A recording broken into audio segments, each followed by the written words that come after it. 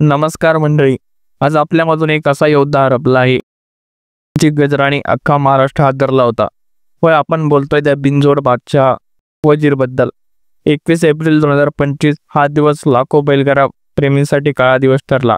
आज आपला वजीर शर्यतींच्या मैदानात वादळ निर्माण करणाऱ्या काळाच्या पडद्याआड गेला. या बैलाने बंदीच्या काळात महाराष्ट्रभर आपली छाप सोडली.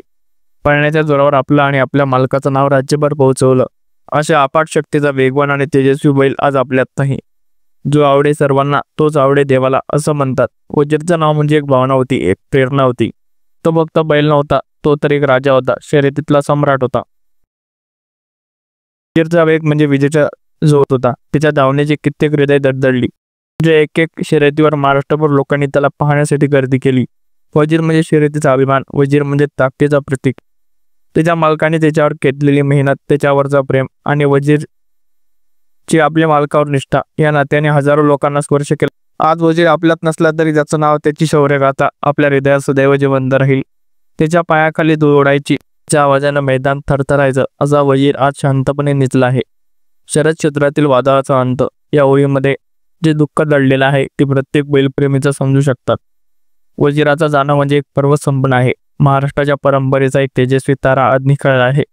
तुम्ही कधी वजीरला पाहिलं असेल का? त्याचे निळे रंगवलेले शिंग, त्याच्या काळ्या सावळ्या अंगावर उधळलेला गुलाल आणि त्याचे तेजस्वी डोळे.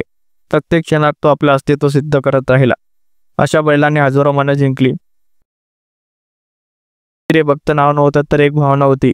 त्याने महाराष्ट्र केसरी सर्जा ग्रुप सासवड आणि तिच्या मालकाचं नाव प्रत्येक गावात पोहोचवलं.